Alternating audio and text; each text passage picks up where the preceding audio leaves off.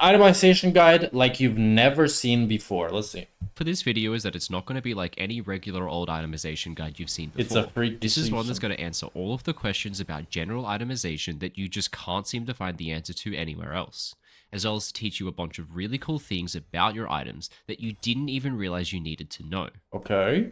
So what order should you buy your item components in? When should you buy For a Kraken Slayer, recurve bow is the best, and then Rectrix, and then the middle one. lethality and flat pen as opposed to percentage pen? Should you upgrade to tier 3 boots when you win the feat of strength? What support item upgrade should you take? And why is it actually a good idea to be swapping your support item upgrade dynamically throughout the game? These are just a few of the questions I'll be answering. Wait, you can do that? I thought you couldn't do that. What? You can swap? No, you could swap. Where I deliver to you an itemization guide like you've never seen. It costs 180 gold? Ah. Before. My name's Rogue, and I played League of Legends Then I'm not sure if it's worth. Maybe. professionally for 7 years. Now I'm a full-time content creator and coach for all. Video with the question I received more than any other. When should you upgrade to tier 3 boots? Well, I've created the coolest looking graphic in order to break down what you receive from each boot upgrade, and from that we'll go through them all quickly and give you the answer. Alright, there's a lot of... I think upgrading Berserker Greaves, you only upgrade it if it's like you have it. If you have 500 gold in your base, upgrade it. If you have 600 gold, buy a Crit Cloak. If you have 1000 gold, buy a pickaxe. If you have 1300 gold, buy a BF sword. Like, you only buy it if it's the only good thing to buy. You know what I mean? Information to unpack here. So for the moment, let's exclude the passives of each item and just give you the gold value of the stats alone. Now, keeping in mind that the upgrade cost of all tier 3 shoes is Bruh, 310 gold. Bruh. 500 gold, you can already start to see which of these boots are worth upgrading without even reading their passive.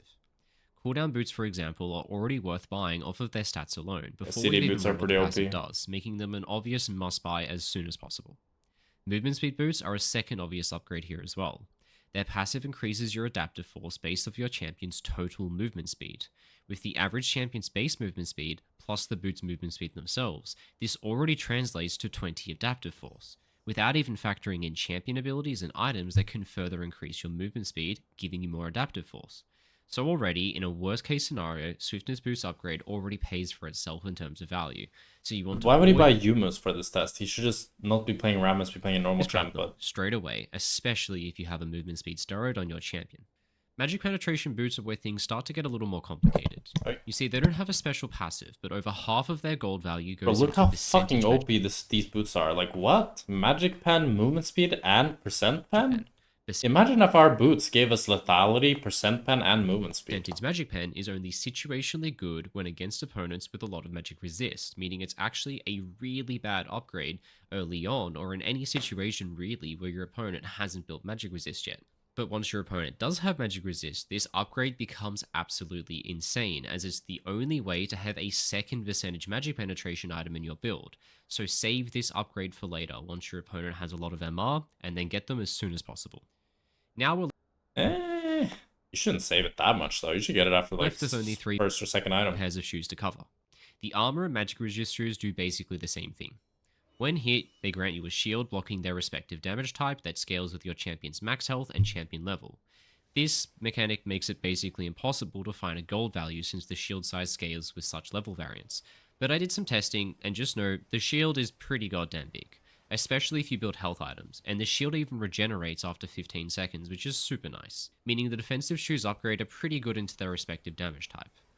Finally, we have attack speed shoes, which grant you a passive that grants you a keen movement speed buff whenever you hit a champion. On the average range champion, this is already worth 600 to 700 gold worth of movement speed, so you can imagine keeping this passive refreshed, you're going to get your money's worth. But funnily enough, that doesn't mean you should rush them still, even if they are a gold efficient use of your money, and that's because of the opportunity. Hello, Degenerate.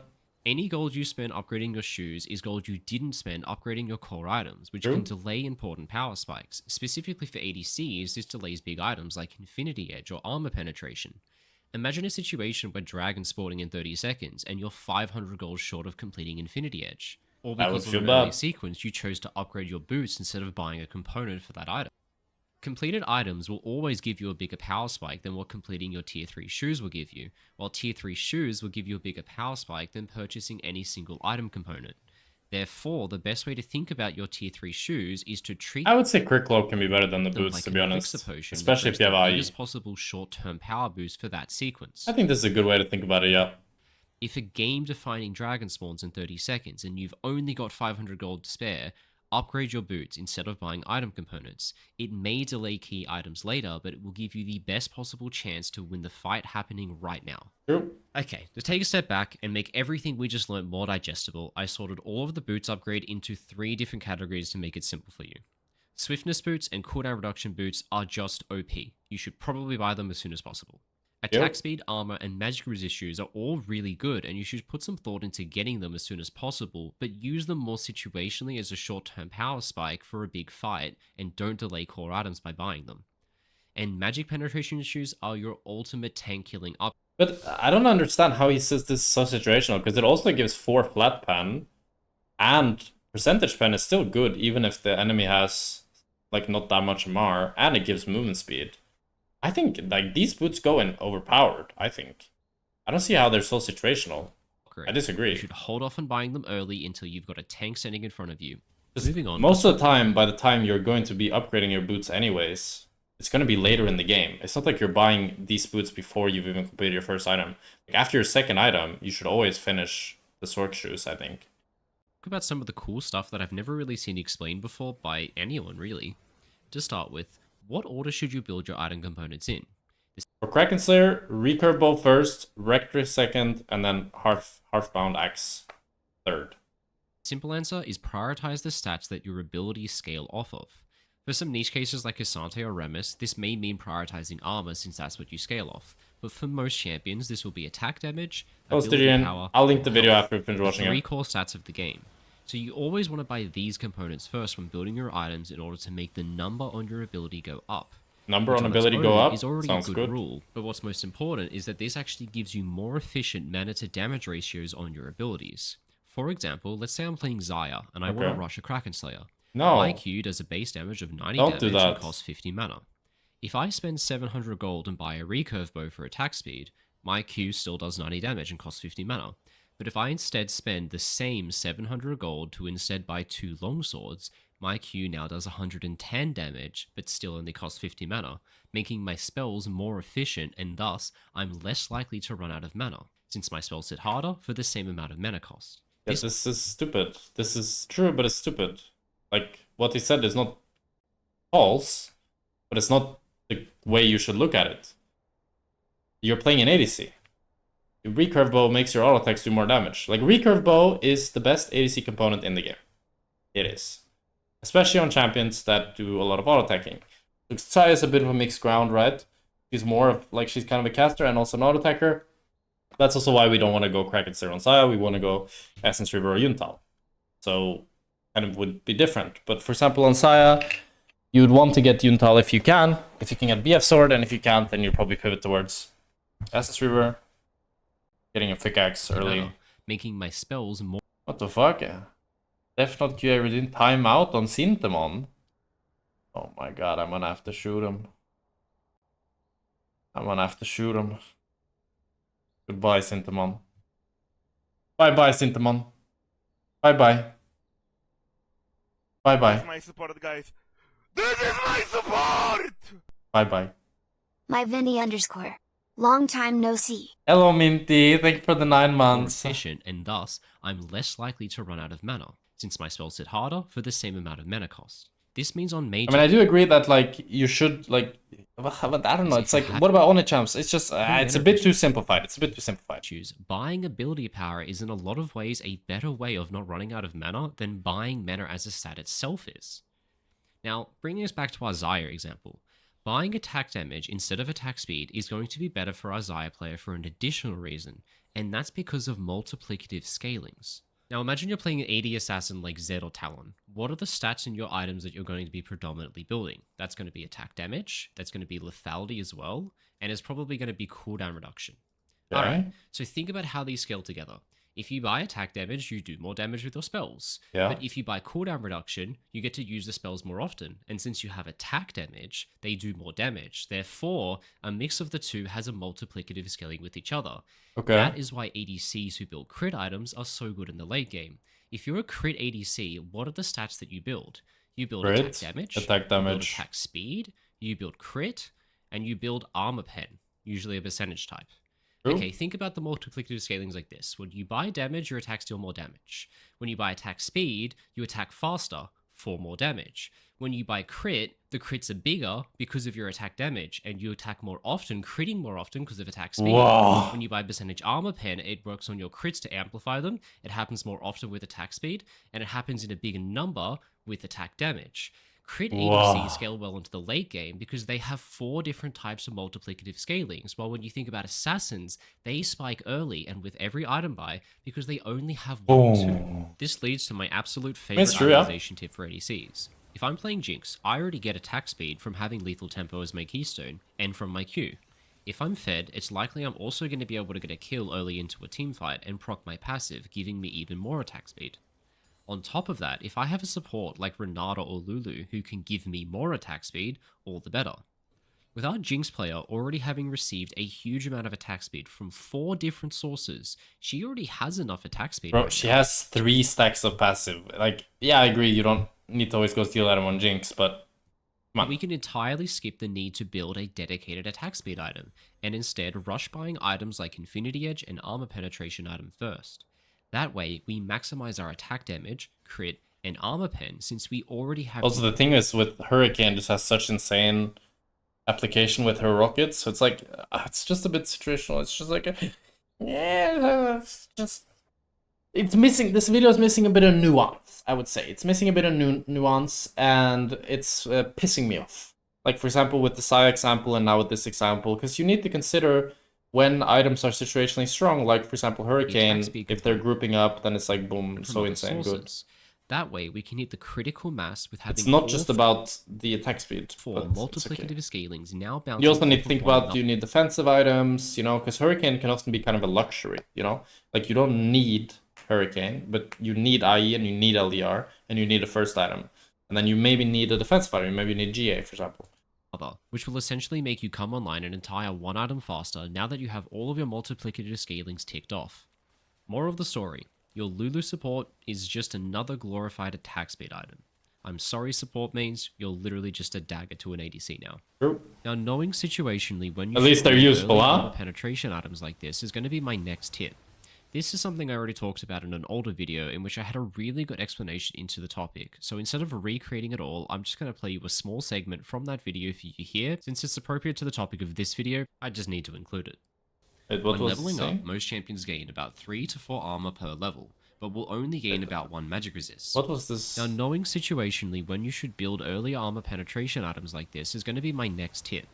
This is something I already talked about in an older video in which I had a really good explanation into the topic. Thank you very much, Collide, for the 9 months. Play you a small segment from that video. Yeah, speaking Guys, of... did you know you can use your Prime subscription to avoid advertisements? No way. I need to show you guys something. Speaking of pro players and when they should buy items. Thank you very much, Collide. And you're right. If you want to use your Prime, support me. I appreciate it so much. Your money's going into good hands. Mine. So do it. Look at this. Look at this. Look at this heinous build right here. He bought... Let me find it. Supa. He bought Essence Reaver. No, what am I saying? He bought Trinity Force into Manamune into a 30-minute collector. What? A 30-minute collector?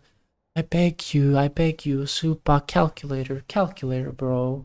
Just use calculator and you'll know that LDR is always more damage at this stage of the game. 30 minutes, LDR does more damage. It just does more damage. It does. Once they have like 80 armor, which everybody does, at 30 minutes, even if they haven't bought any armor items, you do more damage. But then if you actually look at them, you know, the support, he's bought armor, he has a locket. The ADC has obviously not bought armor, it would be pretty weird. The mid laner he bought Sonya's, he had Seeker's armor, so he's bought armor. Wukong has a ton of armor in his passive. And then Jace, I don't think he'd bought armor, but you know, when he goes melee, he's pretty tanky boy. So it's just like, shy. If you hear, since it's appropriate to the topic of this Wait, video... did Malrang have a ton of pinks? I didn't really look. Holy fuck, that's a lot of pinks actually. How many pinks is this? 1, 2, 3, 4, 5, 6, 7, 8, 9, 10, 11, 12, 13, 14, 15, 16, 17, 18, 19, 20, 21, 22, 23, 24, 25, 26, 27, 28, 29, 30, 31, 32, 33. How many did Alvaro have? 1, 2, 3, 4, 5, 6, 7, 8, 9, 10, 11, 12, 13, 14, 15, 16, 17, 18, 19, 20, 21, 22. That's quite a big difference. 10 less. That's a big difference. That's a big difference, actually. Let's see if either ADC bought a pink ward. 1. Oh, he bought 3 pink wards. Let's see, Supa. 1, 2, 3, 4. Oh wait, he bought a lot. Wait, 1, 2, 3, 4, 5, 6. Holy 6 pink wards. That's more than I bought my whole career. Larson. 1, 2, 3. Fair enough. Okay, let's keep watching. To include it. When leveling up, most champions gain about 3 to 4 armor per level, but will only gain about 1 magic resist.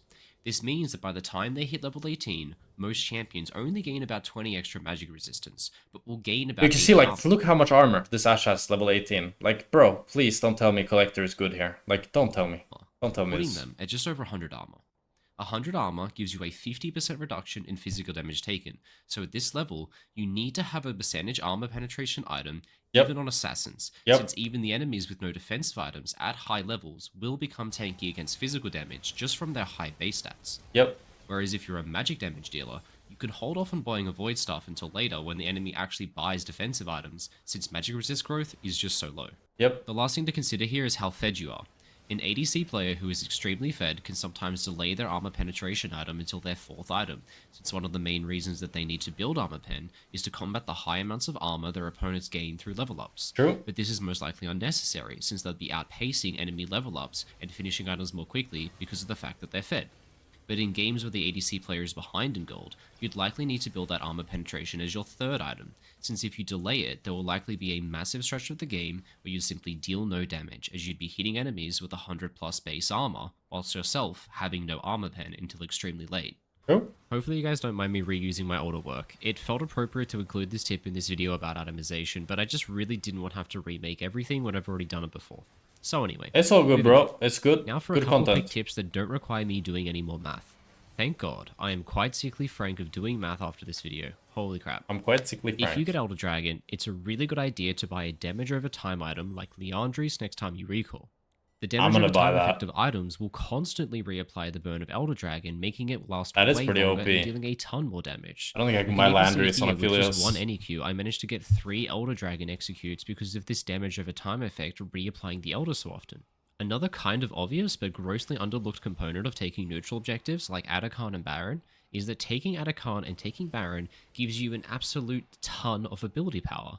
So if you get Atachan, or if you have Baron buff, just buy a death cap instantly, as you're just getting so much more value out of Just buy a death cap, bro. Just buy a house. To be honest, just buy a house. Chat. The economy is great. Buy a house. Because you just have this massive... That's the type of vibe this video is giving me right now. Injection of ability power given to you by these neutral objectives and their buffs. If you win the lottery, just buy the house.